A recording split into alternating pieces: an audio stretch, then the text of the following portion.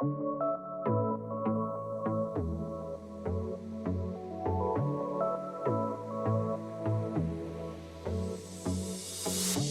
everyone. Welcome back to the Nuance Needed podcast. I'm Amanda. And I'm Sam. And we are angry and bursting to talk about this today. Oh, God. We're here to talk about princess treatment / feminine energy.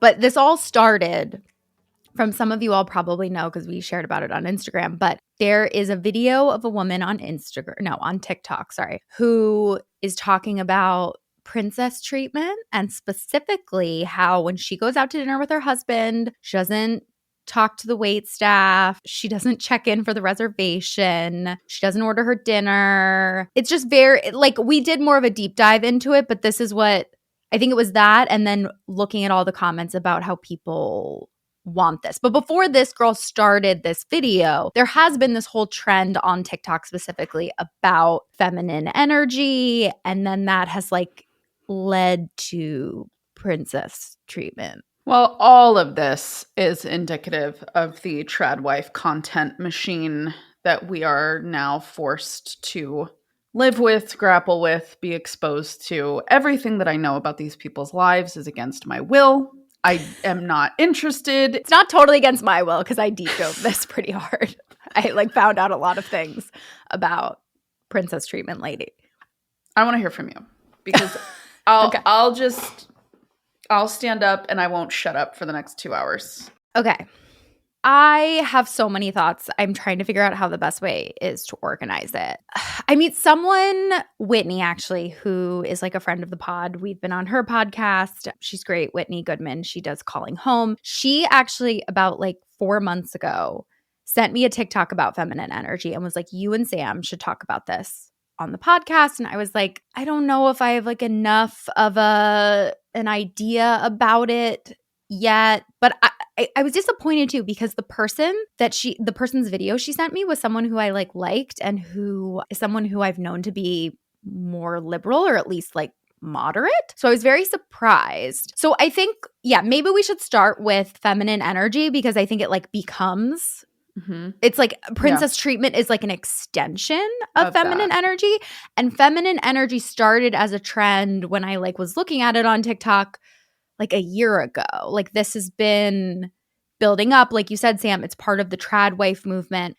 And I mean, I'm very interested in also your commentary as a single person, because I think how it started, because when I was dating when did I meet my husband? 2016. I remember, because I think Tony Robbins had a Netflix special that came out or something called I'm Not Your Guru.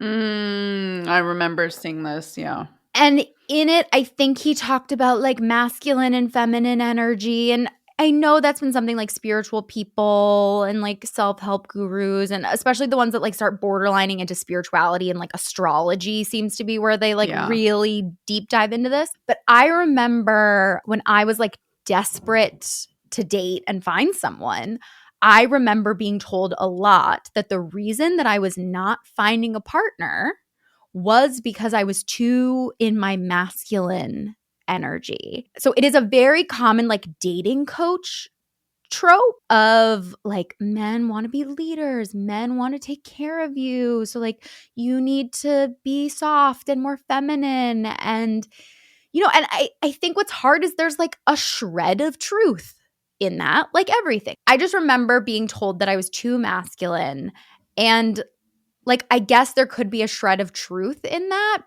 in terms of if you're trying to date someone and, I think it's hard sometimes to, especially sex, let's use this as an example, right? If you want a guy to be more dominant in the bedroom, I think it is going to be harder to do that if you don't let him lead in the bedroom, so to speak. So I think I get that, but I think honestly, a lot of this whole feminine masculine energy is a way to like gaslight women into, especially when they're dating, which is why I'm very interested in your thoughts of like, it's your fault that you don't have a husband because you're too successful. And this whole, right? Like this goes into like male loneliness crisis that you could really call like undateable men crisis and down and down. But tell me have you heard about this as someone who is dating? Tell me about that. Oh, I've heard about this since I was a kid. Yeah. I guess this is pretty Mormon coded. There's like 2,000 years of feminine rage that I feel in my chest right now. Yeah. Well, okay. If I were to describe what I think I've seen happen as someone who's been a content creator for the last 2 years, almost 3 years, and a content consumer. Yeah. I would say I started to see the feminine masculine energy thing through the dating lens. Yes. That was the content I was getting fed. Yeah. Then I saw it shift into the trad wife. Like the whole point of being feminine is that it is your job to be at home. There's nothing better than being at home. You should be tending to your home, this, that, and the other thing. And tending to your man. Your man needs to be leading you, caring for you while you care for all this. Then I've recently see it shifted into this like way of being. Like I feel like the trad wife is the lifestyle, but the princess treatment is how you operate within that lifestyle. That's such a good way to explain it, I think. I think also I just interject too. I think the one step you might be missing also is like the gaslighting of like, if you're not getting pregnant easily, you're probably not in your feminine energy. Yeah. So feminine energy is the aura and the mindset that you need to be in within your trad wife lifestyle. And then the princess treatment is how you behave. But I think what's so scary about this, right, is that all this stuff taken not looking at it as a line, like we talked about a bit with Joe, you could just say, right, like some of the stuff is just like like I watched a video that was like be in your feminine energy and like light a candle, like don't rush, develop a routine. Like that's where the woo-woo dating stuff gets me, because I remember being told like, if you don't love your life exactly as it is, right, you'll never attract a man. Like if you don't take care of your house, you'll never, like, you have to invite your man, like the man into your house, like all of those things. And I think that's what drives me insane too, because like great, you should, light a candle and enjoy your life and maybe don't rush so much, but it's the blame part that it always has to go to. I think if I could like start really high level. Yeah. What sends me over the edge with all of this fucking bullshit is be a homemaker. My mom was a stay-at-home mom. She never had a job because we were lucky enough that my dad made enough money that she could do that. And she took care of the house. She loved it. She decorated it. She loved doing all that stuff, whatever. She loved taking care of us. Fine. There's nothing wrong with that. There's nothing wrong with saying like, I want to be really good at, like cooking or baking, or I love sourdough, or I've always wanted to have chickens in my backyard. There's nothing inherently wrong with any of this. There's nothing wrong with saying like, oh, you know what? Sometimes like, I don't want to have to, think about this. So I'm going to, offload that to someone else or whatever. Or, you know what? I think I don't want to be so rigid in how things need to be done. I'm going to be willing to delegate a little more. I want to live my life a little more restful. There's nothing inherently wrong with that. What I am so sick of is, why does living that way always have to come at the cost of me having rights? Yeah. Why is it that anytime we start talking about you making fucking sourdough, it has to come with the tagline of, and by the way, it's too much to decide who to vote for. So I just vote for who my husband votes for. Like, why is it that we can't just say like, hey, it's really cool that like you're know all these tips and tricks for like how to clean your house, or like, how to use baking soda and vinegar to clean things rather than having to go out and buy more Clorox. Like, cool. Those are great skills. I love that. Why are you, if you want to choose to live that way, I love that. That's so great. Why are you so threatened by someone else feeling motivated and empowered outside of the home? Why does that have to mean I am not woman enough for you because I really like my career and I have a lot of ambition and there's things I want to do and there's things I want to achieve? Why am I less of a woman? Yeah. Why are we not asking men to step up to the plate and figure out how to match me as a partner? Why does everything about my life have to come at my sacrifice? Why is everything about me having to figure out, oh, do you know what's actually really restful? Not speaking, not looking at people, not tying my shoes. Like, I'm so exhausted by this narrative that you cannot possibly, in their eyes, have one without the other. But that's because all of this is politically coded and motivated. Yeah. All of this is religiously coded and motivated. This is the goal. When you consume this type of passive-aggressive content, this is what they're wanting you to feel. They are wanting you to question how you live your life. They are wanting you to have doubts about your dreams and your goals and your desires. They're wanting you to feel insecure about your sense of independence. They want you to feel that you have done something wrong. And I think as a single person, what sends me over the edge is like, guess what? If I choose the feminine energy you're talking about, I'm not paying my fucking bills. Yeah. Like, what are you talking about? Like, Yep. Okay, so what do? I stand in my parking lot and wait for someone to come carry up my groceries? I don't carry up my groceries. Like, why does me carrying up my groceries now mean like I'm less of a woman or that I haven't achieved something in my life? I'm being so masculine. Like, why does me functioning in my life as an independent adult mean that I'm being a man? I'm not a man. Yeah. I'm very proud of being a woman, and I'm very proud of the way I take care of myself as a woman. And I feel like my quote unquote like way of life is the most attacked and judged because I'm not filtering into that. I haven't picked up a man out of loneliness and figured out how to let him lead me, which I am telling you right now, 90% of these men, I don't want to be fucking led where they want to lead me. I'm telling you that right now. Yep. Where am I being led to? Your video game den? Please, miss me. Like, where am I being led to? Me having to raise you? Teach you how to have feelings and emotions because you feel intimidated by the fact that I've had a career and a job? And it's so infantilizing and demeaning to yourself as a person to sit there and say that the only way that you could possibly feel feminine is to erase your existence. That you would need someone to tie your shoes for you. Why would I look at the hostess? Why would I say that we're here for this reservation? Why is your husband dropping you off at the curb and you going in and being like, oh, hey, we just have a reservation for 2. Thank you. Why? I fail to understand how that means you're not being a woman. It really frightens me. Frightens me legitimately to my core how many young girls and young women and young adults are watching this content and are either feeling bad about themselves that they're single, even more so than they're already made to be, that they're feeling like there's certain things they're not allowed to do in life because that's not feminine. It's so sinister.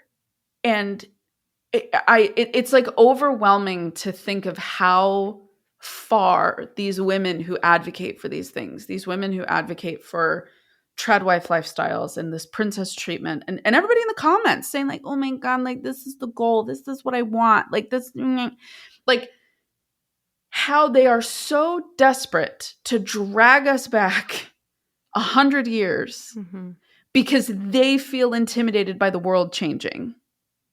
Well, I think what's so interesting too is like I do think some of these creators don't even understand where the end of the pipeline is.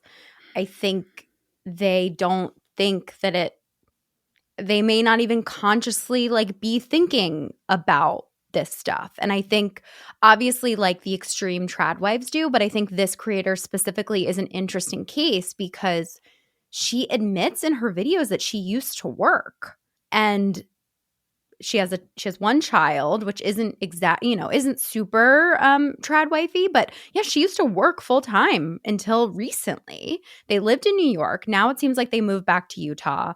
It does seem like they've been married for forever. It seems like he was a couple years older than her, and she got married when she was a senior in college. It appears that was when she was at BYU. He was like a graduate of BYU. So like they definitely, I don't know if they're Mormon or not, but they clearly have roots. And I also think this girl very clearly, when you look through her content, like desperately wants to be an influencer. Right. Which is also hilarious to me because I'm like, well, you're working, babe.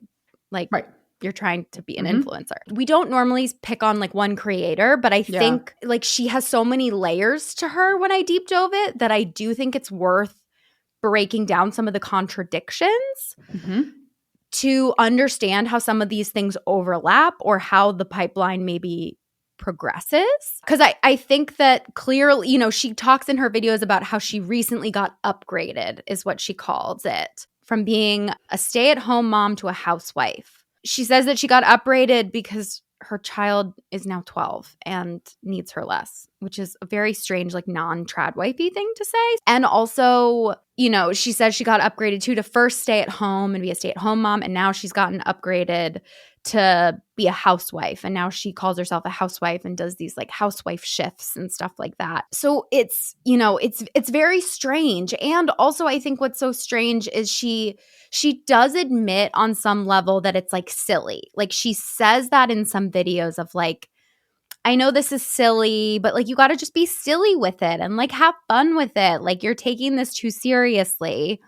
So that like on some level makes me be like, okay, you are aware of how ridiculous this is. And then it makes me be like, is this a kink? Do you know this is a kink? If it is a kink? But then also she is kind of like advocating for like, get the princess treatment. This is great. You should get your princess treatment. And a lot of the like motivational, how to get your man to treat you like a princess, how to get your man to do princess treatment is like through gifts. It's like, I got princess treatment because now he like went out and he bought me Chanel flats. And this is how I sent him a mood board for Valentine's Day of how I want to feel. And that's what he does for me now. And, like how you can make your partner be more romantic and sort of this, like, if you want your partner to like do nice things for you, then you have to be more feminine and submissive, which is like sort of, are you trying to take back power in your own way in this? Is this abuse? And your husband wants you to be this way and you're convincing yourself of this, that you like it and it's a game? I don't know. I don't think we'll ever know. There's so many layers to this. You were the one that said it was a kink. I DM'd you this and I said, I swear on my life. Yeah. This is what all of this is. Yeah. Because it goes back to what I said in my initial rant, which like there is nothing wrong. If you decide between you and your partner that this is how you guys want to live, that is on you, babe. More power to you. Like, hand to the square. There are plenty of times in my life where I wish I had a partner I could rely on. I wish I had a husband that I could make a quick phone call to or step out and be like, hey, could you do this? Could you help with that? Absolutely. Like, there is a cost benefit for any situation you find yourself in life. Yeah.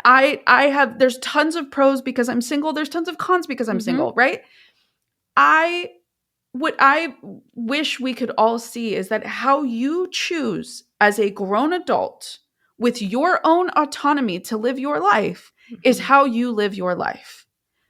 That is beautiful, wonderful, incredible.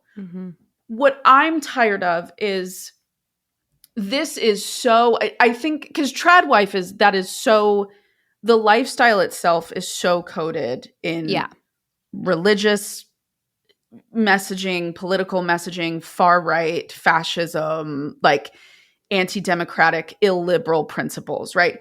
But I think this interesting concept of princess treatment is so sub-dom coded. Mm-hmm. And when I say that, for those of you that aren't familiar, within like the BDSM kink community, you have these relationships that are dominant and submissive. No, I saw a trad wife who was talking about wearing a day collar, and I'm just like, do you know what a day collar is? No, they don't. And that's part of the problem. Is like this is, in a lot of other circles, this is a kink that occurs behind closed doors that nobody's talking about. Yeah. It's this idea of like wanting to be told what to do, wanting to surrender and have somebody like completely dictate and own your life.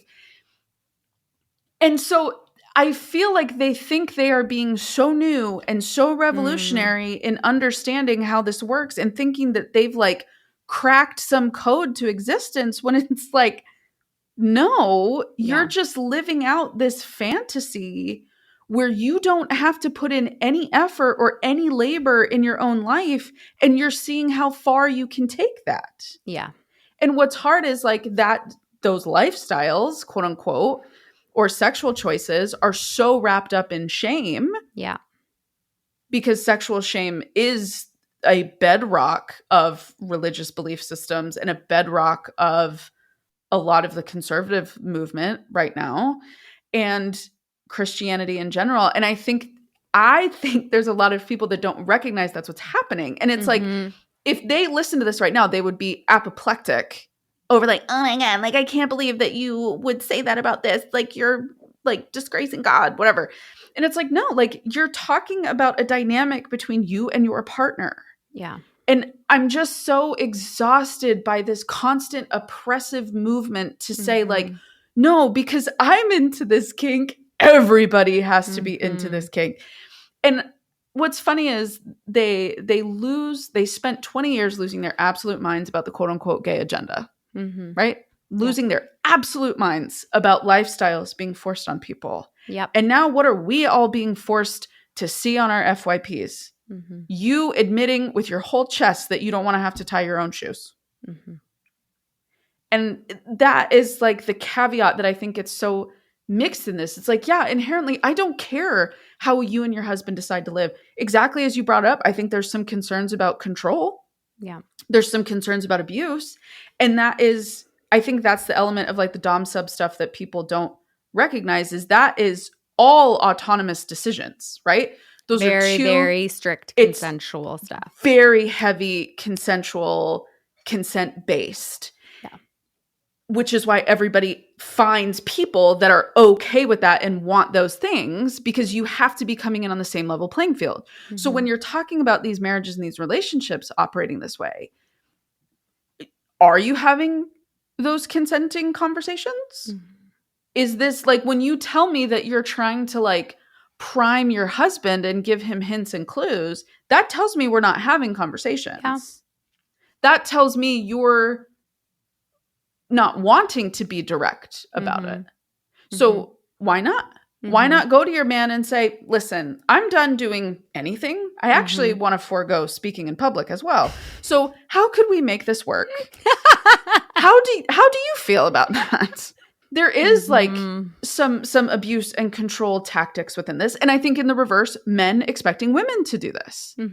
Men wanting this like non-consensual, submissive, you know, it's why a lot of men on the right have said in their own manosphere and forums that they are attracted to women who identify as liberal or democratic because they want to break you.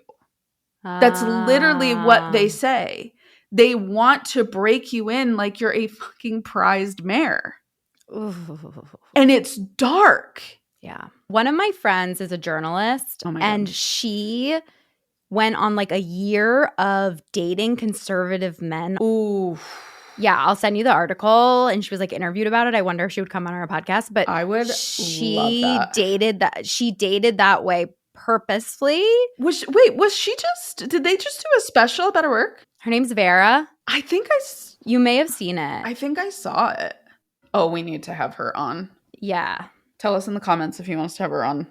Yeah, it would. I think that would be. Yeah, it was in CNN. I wonder if she would do it. I'll reach out to her. But yeah, like that would be so interesting because I read the article about it and it's really fascinating, you know. Mm-hmm. And she kind of said that she was on the edge of it. She kind of said like, "Oh, I voted both ways and I'm interested in your opinion and stuff." And people like loved that. Yeah, that dominant side of them has been completely like pumped up and highlighted. But it's because they're like primed. I mean, yes. I read a thing recently where someone I looked up to, a psychologist online who's a child psychologist, she like just for an experiment said she was like a 12-year-old boy and created an Instagram and didn't follow anyone and then saw the content and like paused briefly on the more manosphere type content and her algorithm just got completely hijacked. And a lot of it is like anti-women, like women are ruining your life. It's like anti-immigrant stuff, but like women, right? It's like they're taking your jobs and like you need to claim what's rightfully yours. And my God, it is such a huge problem. And a lot of these women assume a soft life is freedom. Well, this is like the backlash to like girl boss, which like, yes, we girl boss too close to the sun. I know. like it was too much. Everyone doesn't need to be a girl boss. Right. But this like overcorrect back is so, it's just like, no, like it's not that you need to stay home and like you need fair, like you need to make more money. You need like fair treatment. We need equitable like division. Like there are so many problems in this country and it is not masculine and feminine energy. No. And I don't, because okay, let's have the conversation of there are things that men are good at and there are things that women are good at. We both have different interests. We both have different drives. We both have different motivations. That's fine. Like I have zero problem with saying like I am different from a dude and a dude is different from me. Yeah. Like I have no problem saying that. You could say that there are some people who are more driven, are more ambitious, are more dominant, are more leaders, right? But the problem is when we categorize that as masculine and feminine. Right. Because then it becomes about this is how a woman should be, this is how a man should be, versus some people are more ambitious and more dominant and more outspoken. And some people are quieter and they're like less ambitious and they're more careful and they're more soft-spoken. And like it has nothing to do with your genitalia or your gender. No, it has nothing to do with that. And I just don't understand why we can't let people discover who it is that they are. Right. Who are you on an individual level? What do you know about yourself? Why are you wanting this lifestyle? Is it because it's what you've been told for the last 25, 30 years? Yeah. Or is it because it's what you actually want? But we don't let people explore that because women who are ambitious are told to sit down and shut up. So women never actually know if they are truly ambitious. Yeah. And why? I mean, I know why. I know patriarchy, misogyny, it's centuries, millennia old. I get it. Yet, why is it still that all of this, that talking about someone living how they want to live has to be tied in me, either going along with that or being treated as a second-class citizen? I do not care if you want to have that dynamic in your relationship, but don't you dare come for my right to vote. Don't you dare stall progress on equal pay. Don't you dare stall progress on childcare, on healthcare, on anything else that is going to help make society more equitable. And I'm sorry, if you are threatened by the idea of society being more equitable, you are the problem. You are the problem. If seeing people different from you, from different backgrounds, different socioeconomic status, different people, period. Someone that you don't know, a stranger. If knowing that stranger has equal access to resources as you, and you are threatened by that, Yep. With my whole chest, I want you to know you're the problem. You are, in fact, the problem, and you have some serious internal work to do if you are threatened by the existence of someone else. Because Completely I'm not agree. threatened by your existence. That's not why we're having this conversation. Mm-hmm. What I'm threatened by is that you are spending all of your time pumping out this content that is all about suppression, all about oppression, all about losing access and losing ground to hard fought, hard won rights. And you are telling me that as a single woman, I'm not woman enough. And that there is something inherently wrong with me just because this is how my life has played out. Miss me. Yeah. Miss me with this. Well, the whole idea of your worth as a Right. human, as a woman, whatever, it like that we tie that to partnership Exactly. is one of the most fucked up things in the world, because literally so much finding a partner is luck. It is. Literally. And It no is. one acknowledges that. And No. everyone just acts like if you just like work hard enough and hustle enough, you can find a man or, you know, a partner. And that's just not like, yes, like sometimes there is an element, of course, of like putting yourself out there and going on dates, but it also matters where you live. It matters how old you are. It matters. There's so many things. It matters about your friend group. Like there's so many things. And yeah, it drives me insane. And you know, the other thing too is like I hope I find someone. Yeah. And that's something that I'm mentally wrapping my mind around, of like getting myself back out there. Yeah. And trying that. But honestly, like when you see the state of the world, it's hard. Yeah. It's really hard, guys. For those of you that have been partnered for a long time, or, you know, yeah, I guess for those of you that have been partnered for a long time or have found someone, I'm telling you right now, like these streets are not easy. Yeah. And when you are a single woman who has a stable life, you have a good job, you make good money, you have your independence, you have your freedom, the bar for entry is very high. Yes, as it should be, because that's the problem, right? It's like that should be everyone's bar. Exactly. Everyone should be able to be, and right, we can look at America, we can look at we can look at all the problems of capitalism and the problems of people not able to support themselves, get good jobs, technology, Silicon Valley, all of that. But on a baseline, I hope if you have a child, you want them to be able to support themselves and live a life that's good enough that they are not they can't not survive without a partner, regardless of their gender. I, you know, thank God my immediate family was not like this. And I was very much encouraged by my mom, who didn't go to college. Yeah. Both of my parents, it was when you go to college, when you do this. Like I remember having a conversation with my dad when I was 4 years old in the car. I remember him saying to me, when you go to college, like that is, and that is a privilege. That's a privilege as a woman who was raised in a religious community, a fundamentalist religious community, to have been told that messaging. Yep. I thought college was mandatory until I got to middle school. Yep. I didn't realize it was optional. But the majority of women in some of these communities, and the majority of women, I think in general, are not told that messaging. And what's so infuriating for me is I remember being told like, well, you go to college to wait, like to do something with your time while you're waiting to meet someone.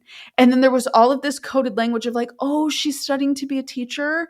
That's such a good job for a mom. That's a really easy career. I know, you just lived such a different life. I lived such a different life, Sam, because that was not the conversation at No. all. And I think this is important because those of us that live free in cities, in liberal areas, you know, like not in a religious community, I think we completely forget like that this happens. Being in this position now and seeing all of this content now, I can look back to like 2002 to 2007. Yeah. And I can see the seeds of this being planted in some of the communities. The way older people started speaking to us. Do you think there was a shift, or do you think you just like that was when you paid attention? Like, has this always been there and now social media just exists? No, there was with I would say with George W. Bush. That was when what people were panicking about Mm-hmm. and this is in the Mormon religion, the Yeah. world that I lived in. However, I think it was probably pretty similar in the evangelical world and the Catholic Mm-hmm. world and all that. There was a lot of paranoia about, quote unquote, the way society was going. Mm. There was this fear that the values of the world and the values of the Lord were diverging. Yeah. And that was through gay rights. Yeah. That was through immigration policy. That was with, equality for women, that like liberal society. Yeah. I remember hearing about how that was a threat. Yeah. That there was concern that the world was different from what God intended. And so I think when I talk about that idea of seeing these seeds compared to now with the far right movement and how emboldened they are for their lifestyles and pushing it on other people in Project 2025 and all those sorts of things, I can see that paranoia back in the early 2000s of them. They truly believed that there would be a day where it would be illegal to be Christian. Like there were people that legitimately thought, like, in the end times. What a good message to create, to honestly get everyone to rally around you. Exactly. It's genius. And now we're at, we should be a Christian nation. We should be Christo-fascists. Like that's where it is. But then I think that's what adds to so much of my rage and my anger with this. Yeah. Is I've seen women in real time get completely screwed. Right. Where I literally don't know a single person in my life who that happened to. Every single one of my friends and family members works. Yeah. Like, and had a career. Right. And stuff like that. But then it was really weird because there were, like, in leadership of the Mormon church at large, so like organizational leadership, not just local, there were these like two women who had never been married and they were older, and it was like shocked they were allowed to do that. Shocked, but then they were put on a pedestal, but then it was like you didn't want to be them. Right? Like, so they were like down, nuns kind of, but not nuns. Like you didn't want to be them, but you'd look at them and be like, wow, look at how capable they are. Like it was this weird messaging when they were like really prominent. They still kind of are in some ways, but when they were like at the peak of their fame, for lack of a better term, that was when I kind of started to tune out of some of this stuff. So I had already kind of stopped buying into all of these lines. But I think with this, it's so interesting to me, this concept of princess treatment and how it ties into trad wife stuff, because to me, trad wife is inherently about labor. Well, if you have a farm. But that is what is interesting. That's where it sort of diverges, is it's almost like princess treatment is this extreme privileged version of trad wife. Yeah. Because that was what I kept thinking when I was watching her stuff, is I was just like, the level of privilege you must have to be so concerned and spend all of your time. And it made me think of self-care in a different way too. Like, the level of privilege to literally bury your head in the sand. Mm-hmm. The level of privilege to be so concerned about your husband creating a Valentine's Day that goes with your mood board. The amount of privilege you have to be that self-centered is mind-boggling. Okay, so if you're listening to this episode and feeling like, oh my gosh, I could actually really use a therapist, we've got you. My practice, Therapy for Women Center, has therapists licensed in 43 states across the country. This is also where Sam and I work, so if you're interested in working with one of us, reach out to us at therapyforwomencenter.com. And if we aren't a fit, like I said, we have therapists who can definitely help you. All the therapists are hired by me, trained by me, handpicked by me, and we really back and support our therapists. We vouch for them, unlike some of these big online therapy platforms. Also, if you're local to the Philadelphia area, we have 3 office locations there. So I would love for you to go to our website, therapyforwomencenter.com, and check it out. I'll get fed content as well that kind of talks about this idea of like being spoiled. I haven't seen that as I'm much. going to be spoiled. I want to be spoiled by my man, which also all of this, let's just pause. All of this is so infantilizing, by the way. This is so infantilizing. Like when you're talking to me about like, I don't tie my shoes, bitch.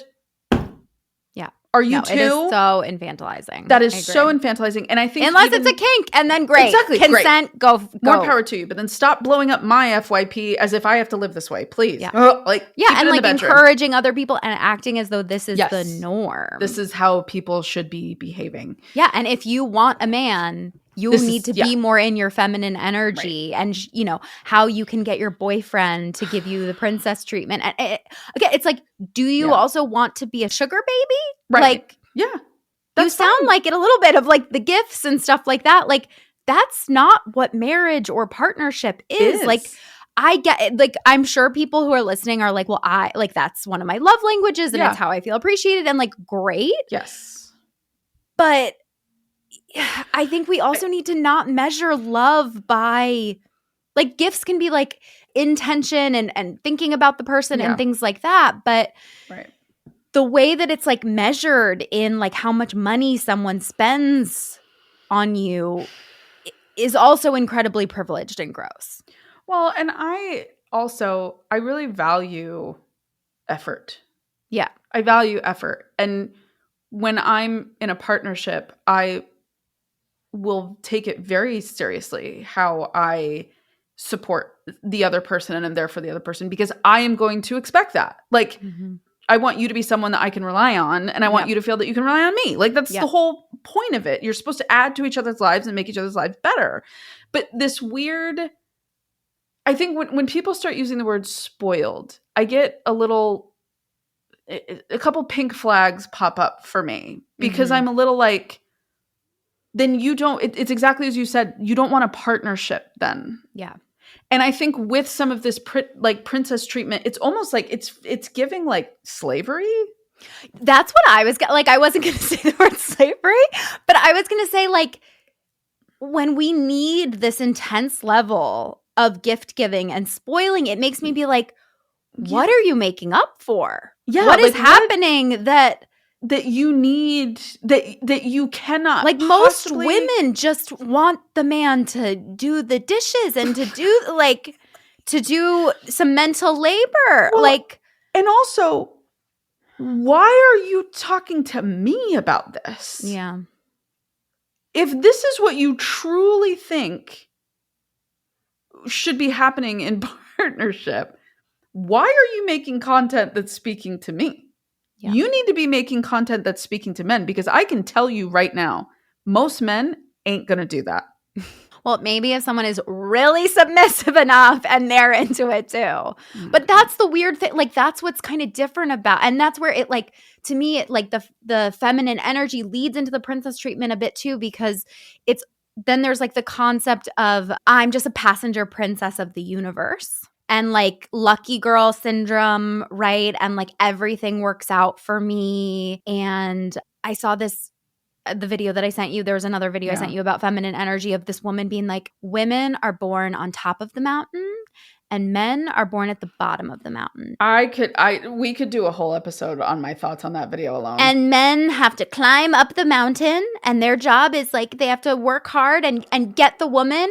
And the woman's job is to just stay at the top of the mountain and be feminine and know that everything's going to work out. And as someone who has like scraped and clawed their way into things, like through addiction, through everything, yep.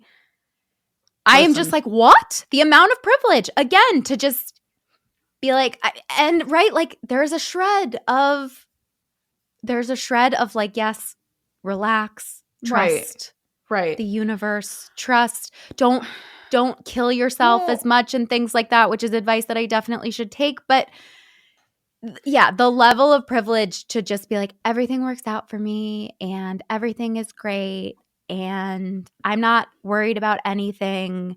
And then, then it leads to exactly what you're saying, Sam, of like, so you're not worried about us, you're not worried about what's going on in the country. You're not thinking critically about the content you're seeing. You're not concerned at all. I have, and maybe this is my like hyper independent trauma. Yeah. I get that. But I have a really hard time respecting someone who is so allergic to any type of effort in their life. Yeah. Oh, I agree. I have a really hard time with someone who thinks that they are so above showing up for people, being respectful of other people, acknowledging the existence of other people, like thinking that they are so above it, they can completely just shove, as you said, shove their head in the dirt and be like, but I'm soft life girly. Because as someone who, and we've had this conversation before, I am definitely a more spiritual person myself. That is something that has carried over even in my deconstruction. I am someone who is prayerful and meditative. I do kind of buy into some of the astrology stuff sometimes here and there. However, the difference is I'm not telling everybody else that's the only right way. Yeah. I found what works for me. Yep. And what I think is so disgusting when you talked about that, like, yeah, in this video, this girl, she says, like, women are born at the top of the mountain, men are born at the bottom. I'm like, girl, I was born under the mountain, if you will, to use an ACOTAR reference.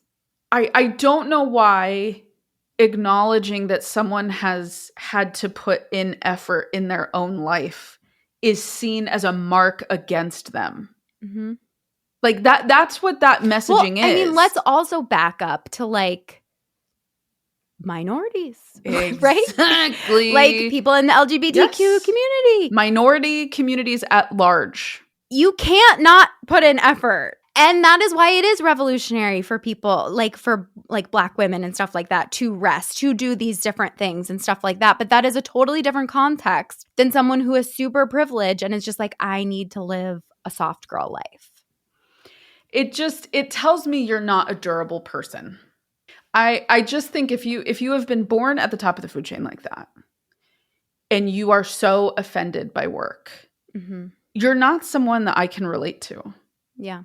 Like, I have so much respect for people that show up to their own life and they put in effort and they fight for themselves and they fight for the people that they love and they fight for what they believe in, and they absolutely rest when they're tired and they take breaks and they take pauses, but they want to build something. And I don't care if building that something is going out and running for office or running a major corporation or starting a business or like becoming partner at a law firm. Like, all of that is incredible. Having a family. Well, that's what I was getting to. Or if you want to build an incredible home, if the thought of like building your dream home and having this incredible garden in your backyard and it's filled with kids and family and friends, all of these visions are so beautiful and necessary because everybody has different values and everybody has different drives and motivations and ambitions. And this bizarre obsession with like traditional lifestyles and like princess treatment and being cared for and infantilized and whatever, it's so dismissive of reality. And whatever you choose, I want to grab some of these young girls by the hand that are understandably so kind of captivated by these ideas and think it's real. Honey Bunch, it is so the opposite of real. Yeah. Even if you decide to be a stay-at-home wife, a stay-at-home mom, short of you being in the stratosphere of high-income earners, that is going to be work. Yep. That is going to be effort. Unless you can afford nannies and chefs and trainers, and you can have, drivers and people that take your kids to all the different activities so you can go to Pilates. Like, and I'm sorry, that world is very hard to break into. That world is a difficult world to tap into and marry because they marry each other. Yeah. And I think it's interesting too, this idea of like privilege and oppression, that they really are copying this concept of royalty. Like this idea of being above, of being better, of being above things, not just people, but things and behavior and this exclusive elite lifestyle that's like, no, like I am above speaking to the hostess. I don't do that. And in the video, in a couple of her videos, I think it's interesting that this one creator, she stresses like, it's not about being better than. Right. No, it is. Well, I think she's so obsessed with acting like quote unquote a princess that she has like lost touch with reality. tell me that you're not paying attention to the royal families of Europe like I am. It's not like Kate Middleton's not doing that. Or like if she is, it's because it's like safety related, maybe. Exactly. Like that's how I took it, as like, oh, you're pretending that like you're this way because like they don't do it because it's like not safe for them to like like interact on like a more casual level. But they probably do also. I don't follow the royal family enough. You do more that you could like probably tell me more about that. Even like, okay, so like the British royal family is like the one, right? Yes. But there's also like, there's the Danish royal family, there's the Swedish royal family, there's Greek royal family. Like there's still like royal families that exist. Mm-hmm. And they're all doing like service and community work, and they're like in the dirt, and they show up, and they all like do all these different events and things, and they hope like that's effort. Yeah. They're not just like floating around. I mean, they're for a long time they all did, but whatever. But in the modern iteration, they're not. And I'm not sitting here trying to be like a monarchy apologist or whatever. It's problematic systems. Yeah. But I think to give an example of this bizarre romanticizing of this idea of what it meant to be a princess, because if we really want to go there, oh, by the way, Diana died. And Meghan was miserable. Meghan had to claw her way out. Harry was clearly miserable too. A long walk off a short pier. But I think too, like, okay, fine. You really want to get into like royal family history and you think this is how like princesses operate and this idea of princess treatment and feminine energy. You wouldn't be married to your husband. Mm-hmm. You would have been married off to somebody you'd never met before who was 30 years older than you so that you could have his kids. Yeah. Oh, and by the way, when he died, you would be sent to a nunnery. Like, stop it with this, like, weird, mythical, like, there was a time when women just floated through the world and didn't have to do anything. I just think that people act like being a stay-at-home mom was so great and so easy. And it's just like, I mean, my mom was miserable as a stay-at-home mom. Like, she used to tell me every day that when you quit your job, you lose power. Yep. And she would be like, never quit your job. Yep. My mom was the same way. My mom told me the same thing. She said, this is hard. This is it's a hard life. And I think, you know, this weird, like, if women said that they were unhappy or struggling, their husbands literally took them to a psychiatrist. They weren't allowed to speak with the psychiatrist. They were either given drugs or they were admitted to a psychiatric facility where they were more likely than not given a lobotomy. Correct. And that was simply because you told your husband, hey, dickhead, I wish you would come home from work at night and help out. Has anyone watched Mad Men? No, like, that's the whole thing. If you watched Mad Men, like, it is not cute. No. It is not fun. Maybe you like how they dressed. Right. But, like, yeah. Now, again, none of this is saying, like, don't be stay-at-home moms. Right. Like, it's great. But I think to say that that's the only way to be is just categorically false. The only reason it was the only way to be is because women couldn't have credit cards until the late 70s. Yep. The reason things are different now is because women have access to choice. Yep. It's not some crumbling of like the moral fabric of society. It's that women finally have access to do things that 200 years ago, women would have literally gnawed off their left arm to have the opportunity to do. And if you really care about more people staying at home and having the opportunity and spending time with your kids, you should actually be worried about the economy and minimum wage and healthcare, childcare, people being able to afford a home, all of those things. Because that's what happened. Because you're painting a vision that doesn't exist right now in the way systems are operating and the way things have panned out with certain policies.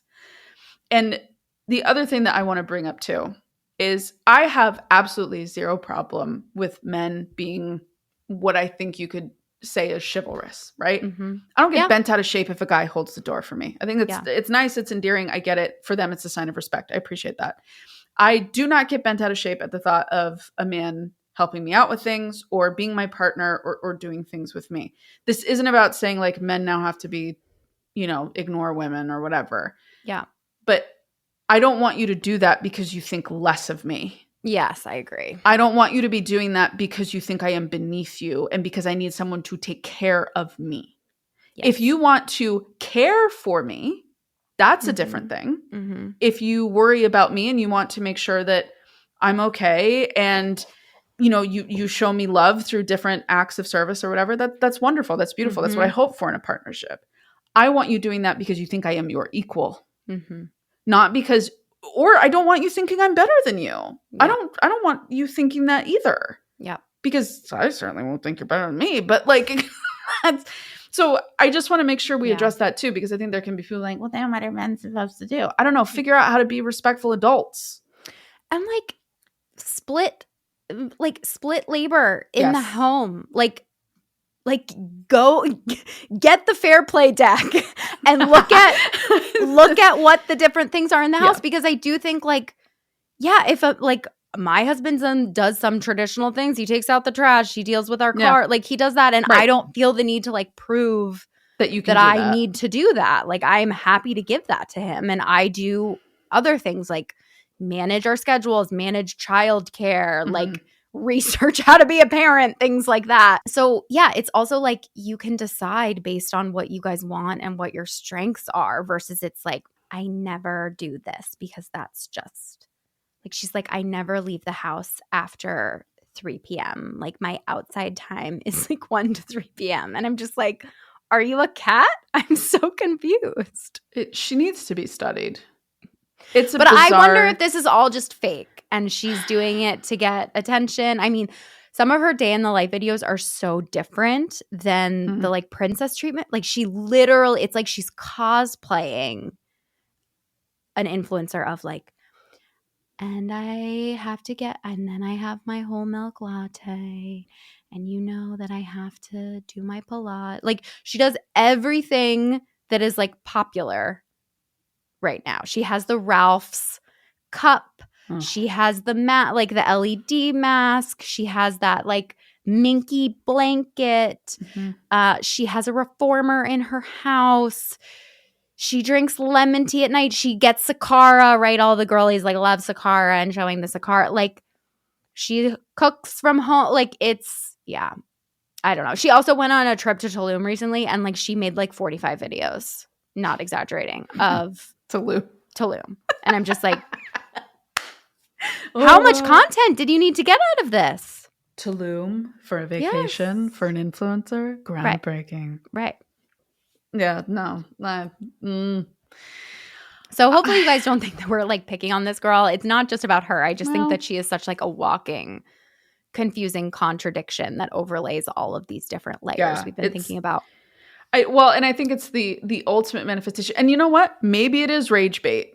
Maybe it's her taking advantage of the cultural system at play. I couldn't relate less to rage bait. That's what's fascinating to me is I always forget that people do that. I know. I can't because I'm just imagine. like I can't do it. I am it takes me so much to just like be myself, let alone purposefully try to piss people off. No. Oh my God. No, it couldn't be me. Alrighty. Well, we hope that you got something out of this very windy journey. Yeah, we're all of an over the episode. place. And let us know your thoughts. As always, we'd love to hear from you. We love seeing your comments on Spotify or tag us on Instagram or join us over on Substack. Yeah, Substack's great. And anything, again, you can do to rate, review, share, subscribe. We love all of your written reviews. We read every single one of them. If you could share to social media, let people know what you're listening to. That would mean the world to us as well. See you next time. Yeah, we'll see you next time. Bye. Bye.